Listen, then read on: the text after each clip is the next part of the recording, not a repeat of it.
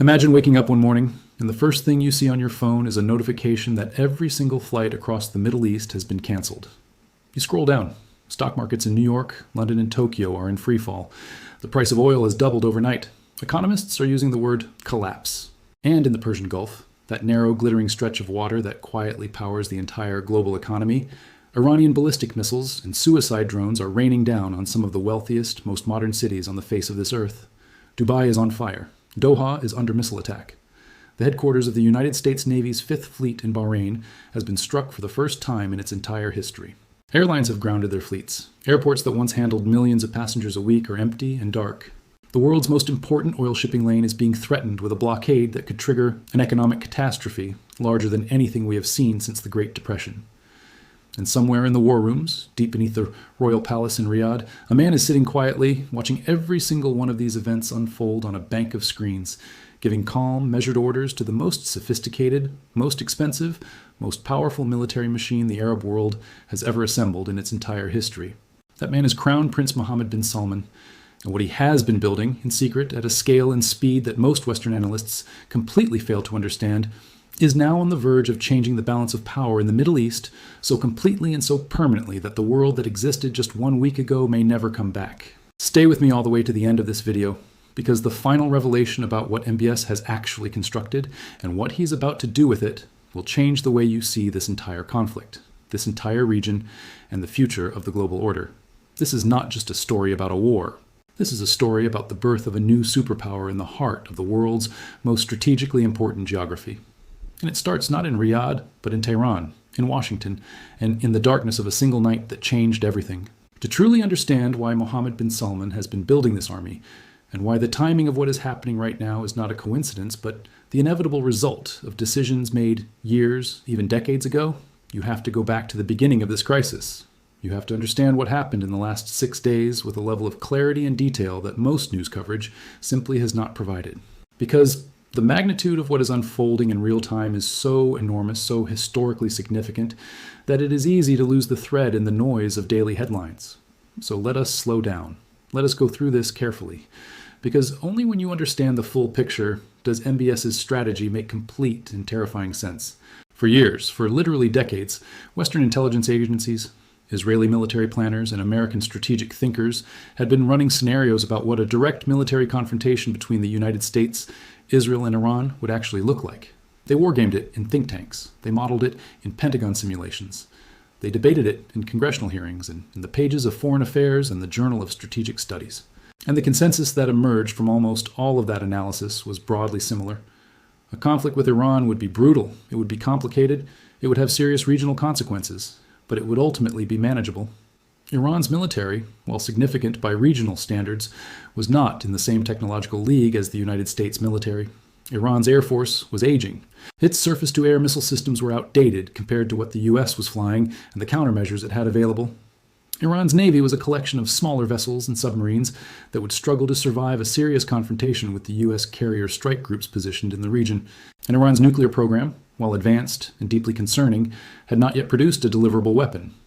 So the conventional wisdom was that a decisive US-led strike, if it ever came, would achieve its military objectives quickly, with acceptable costs, and Iran would be left unable to mount a serious sustained response. That conventional wisdom has just been shattered into 1,000 pieces. And every defense ministry, every intelligence agency, every military strategist on the planet is right now sitting in an emergency meeting trying to understand what just happened and what comes next. Because the war that began on February 28, 2026 has already rewritten every single one of those assumptions. And the rewriting began in the very first hours. At exactly 2:30 in the morning on February 28, 2026, US President Donald Trump released an 8-minute video statement on his social media platform. His tone was serious, direct, and unambiguous. The United States and Israel had just launched a massive, coordinated, simultaneous military operation against the Islamic Republic of Iran. The operation had been given names. The Israeli side called it Operation Roaring Lion. The American side called it Operation Epic Fury. And the stated objective of this operation was not the limited, targeted strikes that had characterized previous rounds of conflict between Israel and Iran. The stated objective, delivered directly by the President of the United States in his own words, was regime change. The complete and total elimination of the theocratic government that had ruled Iran since the revolution of 1979. Trump cited Iran's pursuit of nuclear weapons, its funding and direction of proxy forces across the region, its attacks on American service members and assets, and its decades of hostility toward the United States and its allies. He warned Iran's Revolutionary Guard Corps to lay down their weapons immediately and accept full immunity, or, in his exact words, face certain death.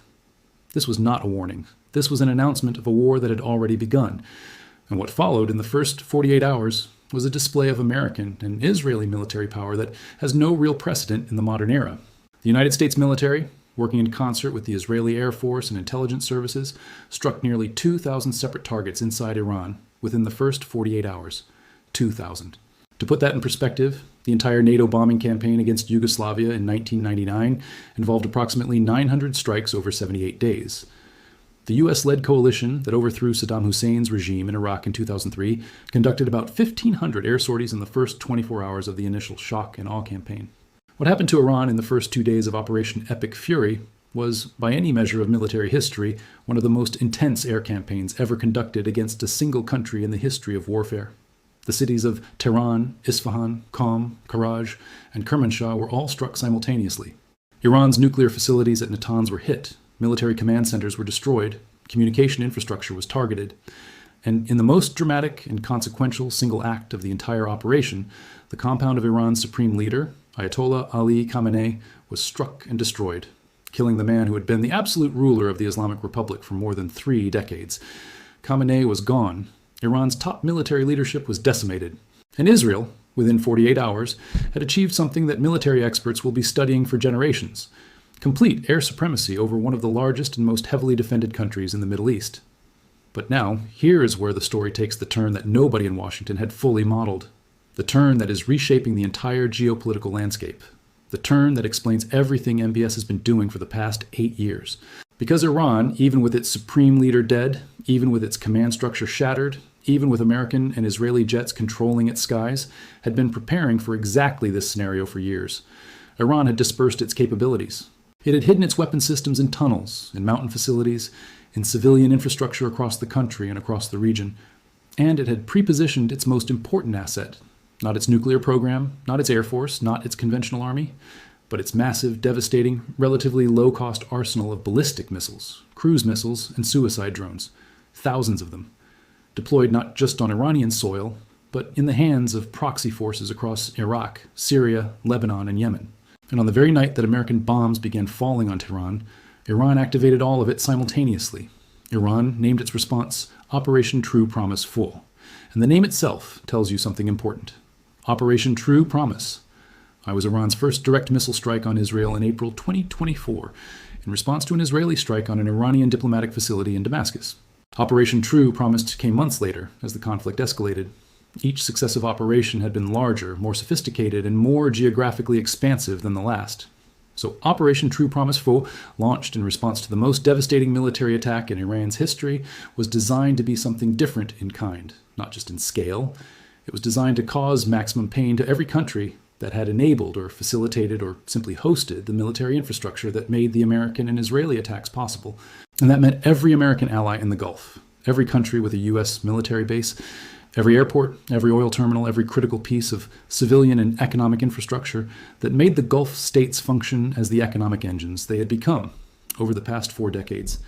Within hours of the first American bombs falling on Tehran, Iran launched over 500 ballistic missiles and more than 2,000 drones in the first 4 days. And the targets stretched across 9 countries simultaneously: Bahrain, Kuwait, Qatar, the United Arab Emirates, Saudi Arabia, Jordan, Iraq, Oman, and even Azerbaijan all came under Iranian attack. Iranian weapons struck or were intercepted near U.S. military bases in all of those countries, and they struck airports, oil refineries, residential buildings, hotels, and ports. Iran was not just retaliating against the United States and Israel. Iran was sending a message to every Arab government that had ever cooperated with Washington, hosted American soldiers, or allowed American military aircraft to use its territory. The message was this: if you are with them, you are a target, and we have enough missiles and drones to hit all of you at once. Now, let us go through what actually happened, country by country, because the individual stories paint a picture that the aggregate numbers cannot fully capture. And as we go through each country, keep asking yourself the same question that the entire Arab world is asking right now: who is going to protect us when the Americans are not enough? Bahrain is a tiny island kingdom connected to Saudi Arabia by a causeway. It has a population of about 1.5 million people, and it is home to the United States Navy's Fifth Fleet, the command center for all American naval operations across the Middle East, from the Red Sea to the Persian Gulf to the Arabian Sea. For decades, Bahrain's hosting of the Fifth Fleet had been considered both a shield and a guarantee. Iran would never dare strike Bahrain, the reasoning went, because striking Bahrain meant striking the most powerful navy in the history of the world. That reasoning is now dead. Iranian missiles struck the Fifth Fleet headquarters directly. For the first time in the history of that installation, American sailors and officers were sheltering from an active missile attack on their own base. Bahrain activated air raid sirens across the entire country. The Sheikh Khalifa bin Salman Bridge, which connects Manama to surrounding areas, was closed for civilian safety. Iranian Shahed kamikaze drones, the same type of drone that Iran has been producing in the tens of thousands and supplying to Russia for use in Ukraine, were filmed striking residential buildings in the capital. The state-owned oil refinery was struck by an Iranian missile and caught fire. A Crown Plaza hotel in Manama was hit. Iranian drones targeted 2 additional residential buildings. Bahrain's air defenses worked around the clock, shooting down 45 Iranian missiles and 9 drones. But in a country the size of Bahrain, even what gets through is catastrophic. The United States Embassy in Bahrain issued an emergency security alert, warning American citizens in the country to avoid hotels, as Iranian-linked groups had identified them as targets. The United Kingdom announced it was temporarily withdrawing some embassy staff and their dependents from Bahrain. And the UK government's official statement was chilling in its directness. The situation is serious, and we do not expect it to end in the coming days. Kuwait sits at the northern tip of the Persian Gulf, sharing a land border with both Iraq and Saudi Arabia. It hosts the Ali Al Salem Air Base, one of the largest American Air Force installations in the region, as well as thousands of American soldiers at various other facilities. Kuwait has had a close military relationship with the United States since the 1991 Gulf War, when an American-led coalition liberated the country from Iraqi occupation. That relationship and the American military presence it sustains made Kuwait a primary Iranian target. And the numbers that have emerged from Kuwait in the last 6 days are staggering in a way that defies easy comprehension. Kuwait's military intercepted 212 ballistic missiles and 394 drones. Over 600 separate airborne threats, all directed at one small country in the span of less than a week. Iranian weapons struck near Kuwait International Airport, forcing the closure of one of the Gulf's busiest aviation hubs. The U.S. Embassy in Kuwait City suspended all operations and ordered American diplomatic personnel to shelter in place. Kuwait's government banned all food exports to protect domestic supply chains, a sign of just how seriously officials were taking the threat of a prolonged conflict. 2 Kuwaiti military personnel were killed. A child was killed by Iranian shrapnel. 67 soldiers were wounded. And the entire country was placed on the highest level of civil defense alert, with schools closed and residents urged to stay indoors. The Kuwaiti Foreign Ministry summoned Iran's ambassador and delivered a formal protest. And Kuwait's government issued a statement invoking Article 51 of the United Nations Charter, the right of self-defense, signaling that if Iranian attacks continued, Kuwait reserved the right to take active military action in response. Qatar is a small peninsula that juts out into the Persian Gulf from the Saudi Arabian mainland. It is roughly the size of the American state of Connecticut. But Qatar hosts Al Udeid Air Base, which is the single largest American military installation anywhere in the entire Middle East. Thousands of American airmen, soldiers, and support personnel are stationed there. Al Udeid is the forward headquarters of U.S. Air Force Central Command. The base has runways long enough to handle B-52 strategic bombers. It is the nerve center of American air power projection across the entire region. And Iran hit it. Qatar's air defenses were pushed to their absolute limit. AFP journalists on the ground in Doha described the explosions on Thursday as the most intense they had heard since the war began, with columns of thick black smoke rising from multiple points on the Doha horizon. Qatar's Ministry of Defense confirmed that the country was struck by 14 ballistic missiles and 4 drones in a single attack on Thursday. Earlier in the week, Qatar had already been targeted by 44 missiles and 8 drones on the very first day of Iranian retaliation.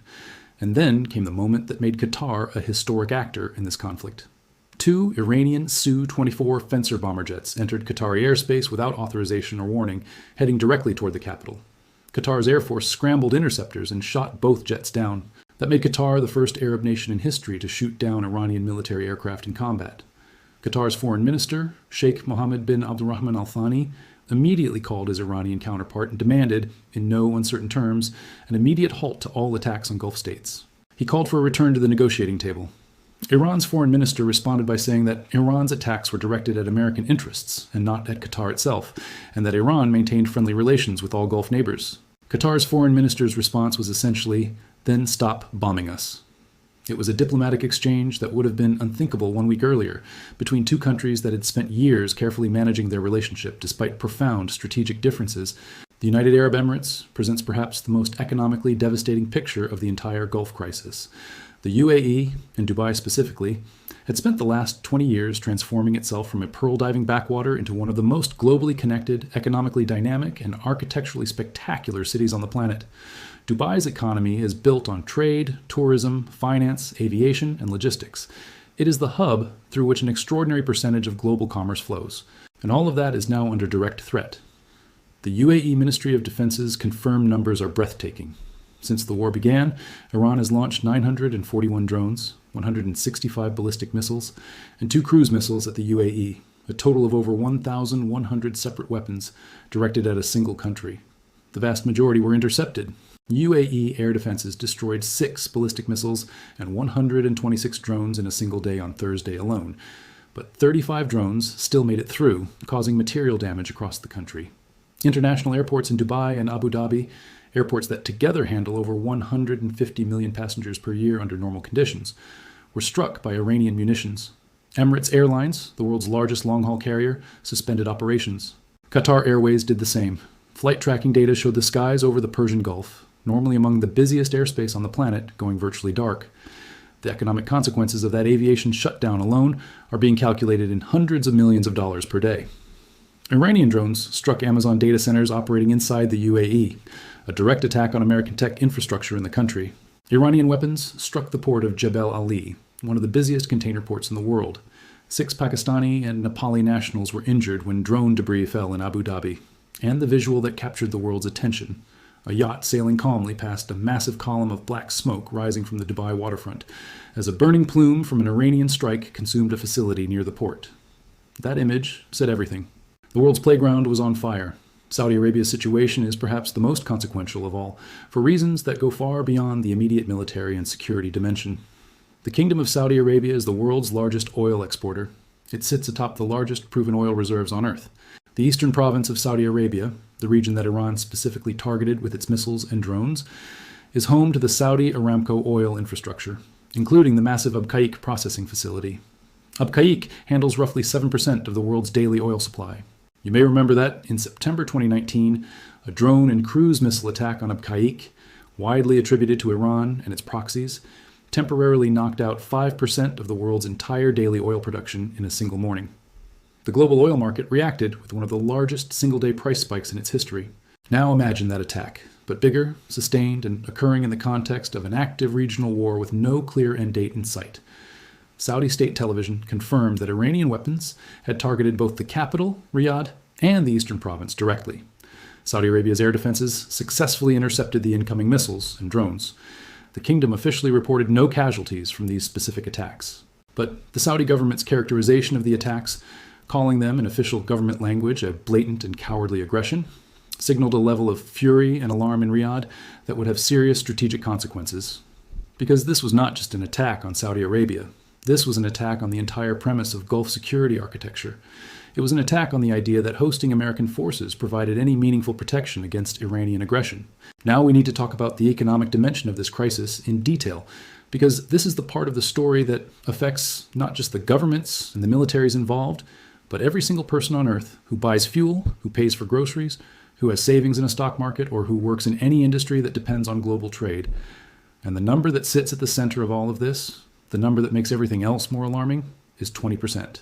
20% of the entire world's daily oil supply passes through the Strait of Hormuz every single day.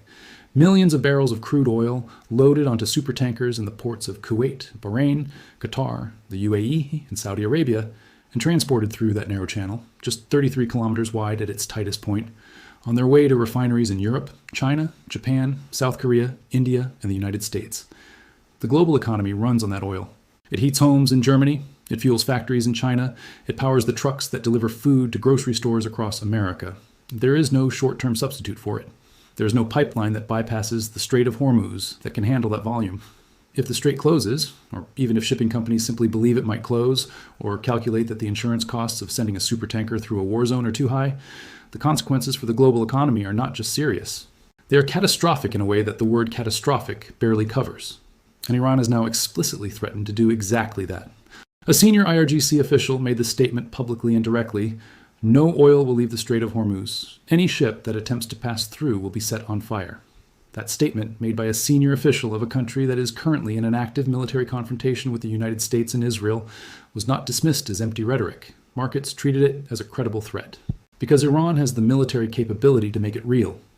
Iran has extensive anti-ship missile systems positioned along its coastline, overlooking the Strait of Hormuz. It has fast attack boats and submarines operating in those waters. It has mines. It has the capacity to make transit through the strait genuinely dangerous, even with the U.S. Navy operating in the region. In the first week of the conflict, Brent crude oil prices jumped from approximately $70 per barrel to over $80. That is a 14% increase in 7 days. Analysts from Goldman Sachs, JP Morgan, and the International Energy Agency have all issued statements warning that if the conflict continues at its current intensity for another 2 to 4 weeks, oil prices could reach $110 to $120 per barrel. That number, $120 per barrel, is the number that starts triggering recession warnings in major importing economies. It is the number that makes central banks start making emergency decisions. It is the number that was last seen during the most acute phase of the energy crisis following the Russian invasion of Ukraine, a crisis that contributed to the highest inflation rates in 40 years across Europe and North America. Stock markets have already begun to reflect the fear. Volatility indices in the United States and Europe spiked sharply in the opening days of the conflict. Airline stocks collapsed as carriers suspended operations to the region. Energy company stocks surged as oil prices jumped. Defense contractor stocks hit all-time highs. The insurance market for shipping through the Gulf has essentially broken down, with underwriters either refusing to offer coverage at any price or demanding premiums so high that they make commercial shipping through the region economically unviable. A U.S. submarine already sank an Iranian naval vessel in the Indian Ocean near Sri Lanka, demonstrating that the military conflict has already expanded far beyond the borders of the Middle East. The war has global tentacles, and every day it continues, those tentacles grow longer and squeeze harder. Before we get to those 3 scenarios, let us also talk about what is happening to the global aviation industry, because it represents one of the clearest windows into just how broadly and deeply this conflict is already reaching into the everyday life of people who live thousands of miles from the Persian Gulf. The Gulf region has, over the past 2 decades, become the absolute center of global long-haul aviation. Dubai International Airport was, until this week, the single busiest international airport in the world by passenger numbers. Abu Dhabi, Doha, Kuwait, Bahrain, Riyadh. Together, these airports handle hundreds of millions of passengers per year and serve as the connecting hubs through which a massive proportion of all long-haul flights between Europe, Asia, Africa, and Australia pass. Emirates, Qatar Airways, Etihad. These 3 airlines alone operate fleets worth hundreds of billions of dollars and employ hundreds of thousands of people. All of them have now either fully suspended operations or are running drastically reduced emergency schedules. Hundreds of thousands of passengers are stranded at airports around the world. Holiday bookings to the region have collapsed. Business travel has stopped. Cargo flights, carrying everything from fresh flowers to pharmaceutical products to electronics components, have been redirected at enormous additional cost or canceled entirely. The ripple effects through global supply chains are still being calculated, but preliminary estimates suggest the aviation disruption alone is costing the global economy several billion dollars per week. And every week the conflict continues, that number compounds. The cumulative economic impact assessment being circulated among major financial institutions describes 3 scenarios. In the optimistic scenario, the conflict ends within 3 to 4 weeks. The Strait of Hormuz remains technically open, and the global economy absorbs a temporary oil price shock and a brief aviation disruption before recovering. In the middle scenario, the conflict continues for 8 to 12 weeks, oil prices reach $100 per barrel, and the world economy enters a mild but painful recession in the second half of 2026. In the pessimistic scenario, the Strait of Hormuz is effectively closed for an extended period. Oil prices spike above $130, major economies enter a synchronized global recession, and the economic pain triggers social and political instability in countries that can least afford it, from South Asia to sub-Saharan Africa to Latin America. The scenario that financial institutions are most worried about is not the one where the war ends quickly. The scenario they are most worried about is the one where nobody knows how to end it, where Trump's stated 4 to 5 week timeline proves wildly optimistic. and where the conflict settles into a grinding, escalating exchange of strikes and counterstrikes with no clear endpoint, no negotiating framework, and no diplomatic off-ramp. And the key country that determines which of those scenarios becomes reality is not the United States. It is not Israel. It is not Iran. It is Saudi Arabia. And that brings us finally to Mohammed bin Salman. To understand the army that MBS is building, you have to understand the threat that MBS has been living with his entire political career. Mohammed bin Salman became the effective ruler of Saudi Arabia in 2017 when his father, King Salman, elevated him to crown prince, displacing his older cousin and consolidating power in a way that was unprecedented in the Saudi royal family's long history of consensus governance. From the very first days of his rise to power, MBS operated with an urgency and a strategic focus that confused many Western observers, who were accustomed to the slower, more cautious pace of Saudi decision-making. He launched a sweeping economic reform program called Vision 2030, designed to transform Saudi Arabia's economy away from its dependence on oil revenue. He opened Saudi society, allowing women to drive, reopening cinemas, permitting public concerts and entertainment. He arrested hundreds of Saudi businessmen and princes in what became known as the Ritz-Carlton Purge, consolidating enormous economic and political power in his own hands. And at the same time, quietly, consistently, with a focus that never wavered regardless of what else was happening, he began the most ambitious program of military modernization and expansion that the Arab world has ever seen. The scale of Saudi Arabia's military spending under MBS is almost incomprehensible when you look at the raw numbers. Saudi Arabia has consistently been among the top 5 defense spenders in the entire world in recent years. Not the top 5 in the Middle East, the top 5 globally, alongside the United States, China, Russia, and India. Countries with populations 10, 15, 20 times larger than Saudi Arabia's 35 million people. Saudi Arabia has signed defense contracts worth hundreds of billions of dollars with the United States alone over the past decade. Contracts covering advanced F-15SA fighter jets equipped with the most modern avionics and weapon systems available for export, Patriot missile defense batteries and their upgrades, terminal high altitude area defense systems known as THAAD, naval vessels, armored vehicles, precision-guided munitions, electronic warfare systems, and intelligence sharing infrastructure. Saudi Arabia has signed similar major agreements with the United Kingdom for Typhoon fighter jets and Brimstone precision missiles, with France for armored vehicles and naval systems, with South Korea for self-propelled artillery. Saudi Arabia has been buying the best military equipment money can purchase from every major defense manufacturer willing to sell it, and assembling it into an integrated force structure under a unified command that, for the first time in Saudi history, operates according to modern joint warfare doctrine, rather than the fragmented, politically managed model that characterized Saudi military organization for most of the 20th century. The numbers attached to all of this spending are extraordinary. In a single decade between 2016 and 2026, Saudi Arabia spent an estimated $600 billion on defense procurement, military infrastructure, training programs, and defense industrial development.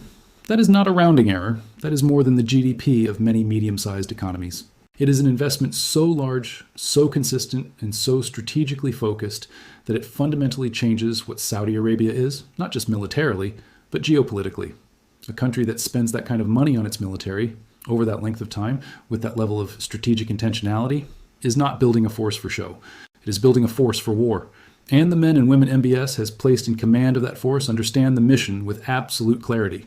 Make Saudi Arabia impossible to coerce, impossible to attack with impunity, and capable of determining the military outcome of any conflict in the region, with or without American support. But the hardware, as impressive as it is only one dimension of what MBS has built.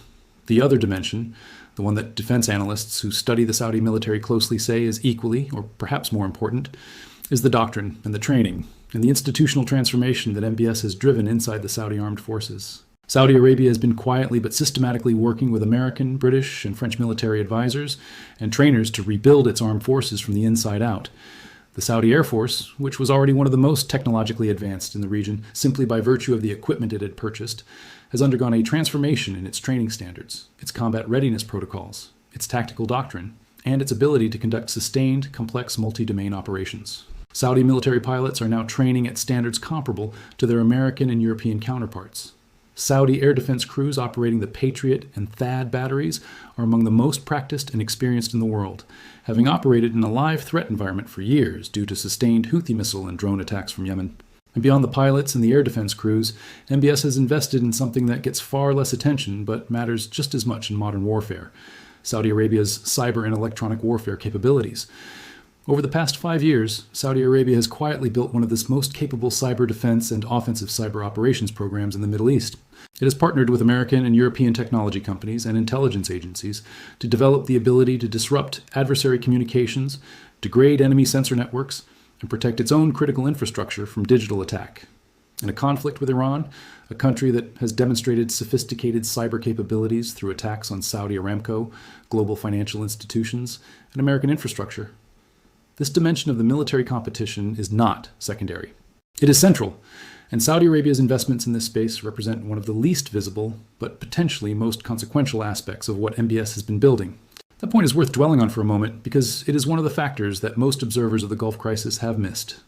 Saudi Arabia has been in an active, ongoing armed conflict with the Iranian-backed Houthi movement in Yemen since 2015, 11 years of war. And while that war has been devastating and costly and controversial, it has done something that no amount of training exercises or simulations could replicate. It has given the Saudi armed forces actual, sustained, real-world combat experience at scale. Saudi air defense crews have intercepted real ballistic missiles fired in anger under real operational pressure with real consequences if they fail. Not training scenarios, not simulations. Real missiles with real warheads aimed at real cities filled with real people. Saudi pilots have flown thousands of real combat missions over Yemen and across the broader region. Saudi military logisticians have learned through hard experience and painful mistakes how to sustain complex air operations over an extended period under genuine operational stress. Saudi special forces have conducted actual ground operations. Saudi naval forces have operated in contested waters under threat. The Saudi military has made serious errors in Yemen, errors that have attracted intense international criticism, but it has also learned from those errors in the way that only genuine combat experience teaches. And that learning has been incorporated back into Saudi doctrine, training standards, and force structure in ways that are invisible from the outside, but absolutely crucial to understanding what Saudi Arabia is capable of today, compared to what it was capable of in 2015 when the Yemen campaign began. And MBS did not just invest in the conventional military. He invested in Saudi Arabia's defense industrial base in a way that reflects a long-term strategic vision that goes far beyond the immediate threat environment. Under Vision 2030, Saudi Arabia set a target of producing 50% of its military equipment domestically by 2030. That target was considered wildly ambitious when it was announced, but Saudi Arabia has made meaningful progress toward it. Saudi Aramco, the world's most valuable energy company, has funded defense manufacturing spin-offs. Saudi company SAMI, the Saudi Arabian military industries conglomerate, has established joint ventures with major Western defense contractors to manufacture systems on Saudi soil: drones, ammunition, armored vehicles, electronic systems. Saudi Arabia is in the early stages of building the kind of vertically integrated defense industrial base that only the largest and most strategically serious nations on Earth have previously developed. The explicit goal is strategic autonomy, the ability to sustain Saudi Arabia's military capability independent of decisions made in Washington or London or Paris, the ability to fight, if necessary, without waiting for American permission or American resupply. Why does that last point matter so much? Because of what happened in 2019. And because of what is happening right now in 2026. In September 2019, Iran and its proxies launched a drone and cruise missile attack on the Saudi Aramco facilities at Abqaiq and Khurais. It was the most significant attack on Saudi oil infrastructure in the country's history. It temporarily removed 5% of global oil supply from the market in a single morning. The attack was a profound humiliation, not just because of the economic damage it caused, but because Saudi Arabia's American-supplied air defense systems failed to intercept it. The missiles and drones came in low and from an unexpected direction and simply went around the Patriot batteries. And after the attack, despite calls from Saudi officials for a strong American response, the Trump administration, in its first term, declined to take military action against Iran. America assessed its interests, concluded that military retaliation was not in those interests at that moment, and essentially told Saudi Arabia to handle it diplomatically. For MBS, that moment crystallized something he had been thinking about for years. American security guarantees are real, but they are conditional. They are subject to American domestic politics, American strategic calculations, and American risk tolerance. They are not unconditional. And if Saudi Arabia is going to survive as a sovereign state in a dangerous neighborhood, it needs to be able to defend itself and project power on its own terms, with its own capabilities, regardless of what Washington decides to do on any given day. That lesson was reinforced with even greater force by the events of the first week of this new war. The United States launched Operation Epic Fury without what Gulf leaders considered adequate consultation. Trump did not call MBS first and ask for permission or blessing to launch a war that would immediately and predictably result in Iranian attacks on Saudi soil. He did not coordinate a comprehensive Gulf security plan before the first bombs fell on Tehran. He made a decision in Washington, in coordination with the Israeli government, and the Gulf states found out about it essentially when the rest of the world did, in the middle of the night, watching it unfold on television. And then, within hours, Iranian missiles were falling on their cities. A veteran Arab diplomat captured the feeling precisely when he told NBC News the Gulf countries had no choice. It was a huge mistake for Iran to strike Arab neighbors. People are furious. And the diplomat's fury was not directed only at Tehran. It was directed at Washington, too, for creating a situation in which Gulf states had no good options. They could not support Iran, which was directly attacking them, but they were also being forced to absorb the consequences of an American military decision in which they had no meaningful voice. That is the strategic context within which MBS's army must be understood. It is not simply a defensive force. It is not simply a deterrent against Iran. It is the foundation of Saudi Arabia's claim to genuine great power status in the post-American Middle East. A Middle East in which the United States remains present and important, but is no longer the sole security guarantor whose decisions all other regional actors must accept and adapt to. A Middle East in which Saudi Arabia, with the most powerful, most technologically advanced, most financially resourced military force in the Arab world, has its own independent capacity for both deterrence and power projection. A Middle East in which Riyadh sits alongside Washington, not beneath it, as a co-architect of regional security architecture. The current crisis has already produced one extraordinary development that points directly toward this new reality. Former CIA Director David Petraeus, a man who commanded U.S. forces in Iraq and Afghanistan and who served as the director of the Central Intelligence Agency, has said publicly that Iran's decision to attack Gulf states may prove to be a catastrophic strategic miscalculation. Not because the attacks failed militarily, many of them succeeded in causing real damage and real disruption, but because they have done something that decades of American pressure and Israeli lobbying could never quite accomplish. They have given Saudi Arabia and the UAE a direct, personal sovereign casus belli against Iran. Iran attacked Saudi soil. Iran attacked Emirati soil. Iran killed people in Kuwait. Iran fired missiles at Qatar. Those are not abstract security threats. Those are acts of war against independent nations. And those nations now have every right under international law, every justification in the eyes of their own populations, and for the first time in this conflict, genuine military capability to respond. Defense experts are now speaking openly about what comes next. One senior defense analyst told Breaking Defense that if Iranian attacks continue at their current pace and intensity, the Gulf Arab states, and specifically Saudi Arabia and the UAE, are among the most likely to launch direct military counterstrikes against Iranian territory, not as adjuncts to American operations, not as junior partners in a U.S.-led coalition, as independent military powers exercising their sovereign right to self-defense, using capabilities they have developed and paid for and trained with for the past decade. The Saudi Air Force has aircraft, weapons, and trained pilots capable of conducting deep strike operations inside Iran.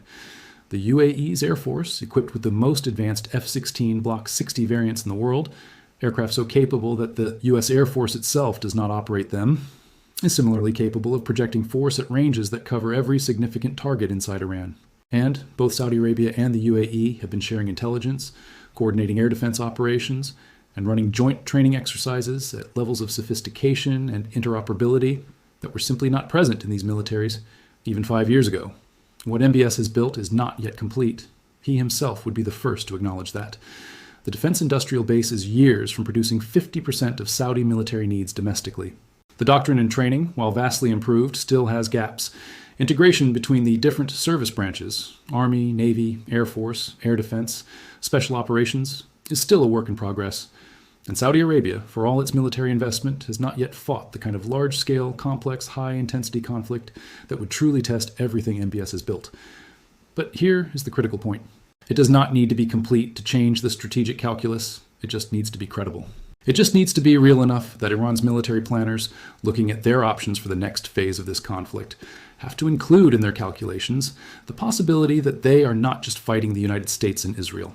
They are potentially fighting the United States, Israel, and the most well-funded, most technologically equipped military force the Arab world has ever produced. A force that has strategic depth, almost unlimited financial resources, experienced air defense crews, and a political leadership in MBS who has demonstrated repeatedly that he's willing to use military force when he concludes that his country's security requires it. The broader strategic picture that is emerging from this crisis is one that will reshape international relations for a generation.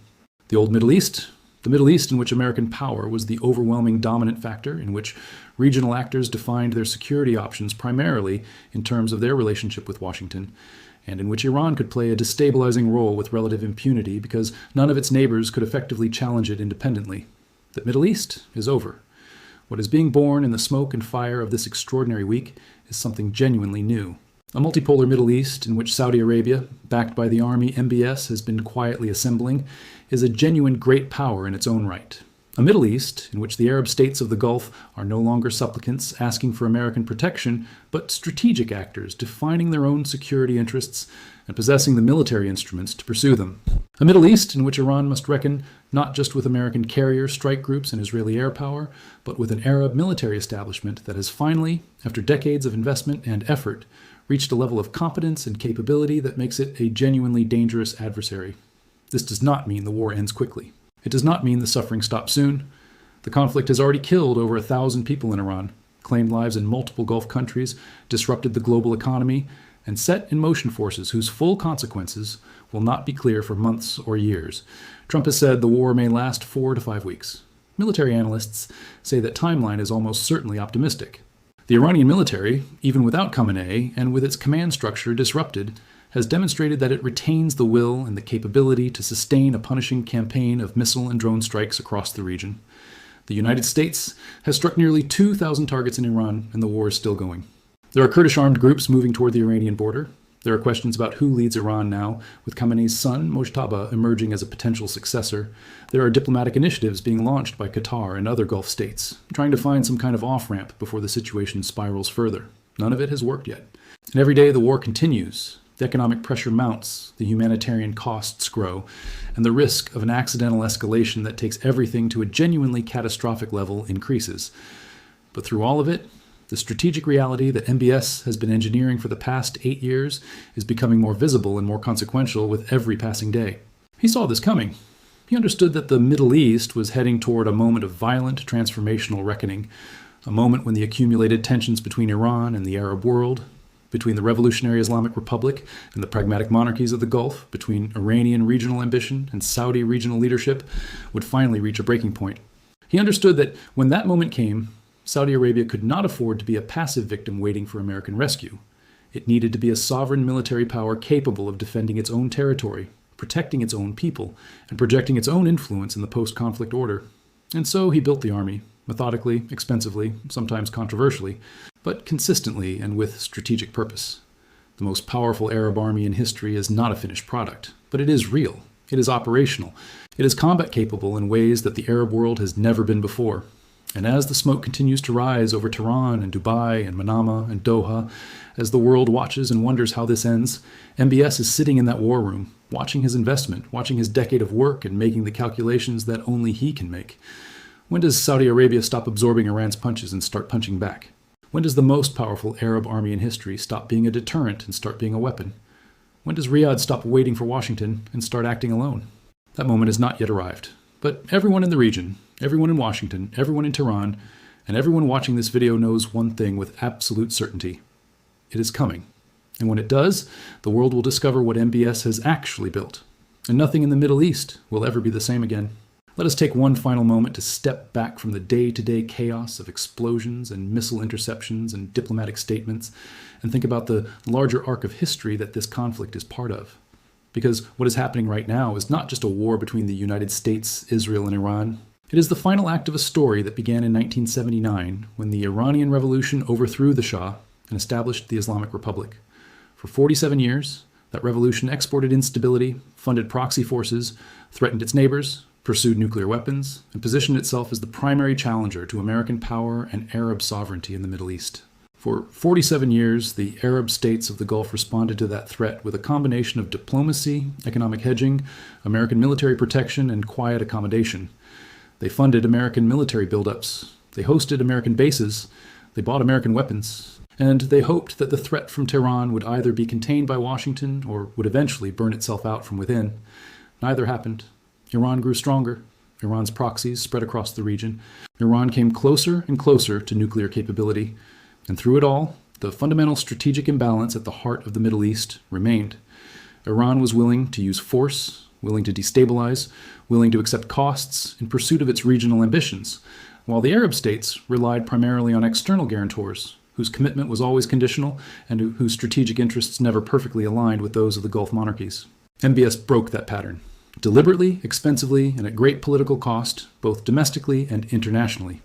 He made the calculated judgment that the era of dependence was over, that Saudi Arabia had to become the architect of its own security rather than the client of someone else's strategic vision, that the most powerful Arab army in history was not a luxury or an expression of vanity or an instrument of regional dominance for its own sake, but an existential necessity for a country sitting in the most dangerous and most strategically important neighborhood on earth, surrounded by failing states, proxy militias, and a revolutionary theocracy that had spent 4 decades trying to export its ideology, destabilize its neighbors, and position itself as the unchallenged hegemon of the Muslim world. And he built it. The army is real. The capability is real. The will to use it is real. And the moment that tests all 3 of those realities, the moment when MBS decides that Saudi Arabia will act on its own sovereign judgment rather than waiting for American authorization, may be closer than anyone in Washington has fully reckoned with. That is the story behind the story of this war. That is the shift that will define the Middle East, not just for the next 5 years or the next decade, but for the next 50 years and beyond. Saudi Arabia is no longer simply a wealthy oil state buying Western protection. It is becoming a military power in its own right, with its own doctrine, its own capabilities, its own strategic vision, and its own willingness to act. The world is watching it happen in real time. And the question that matters now, the question that will determine the shape of the world your children and grandchildren inherit, is simple. Are we ready for what comes next?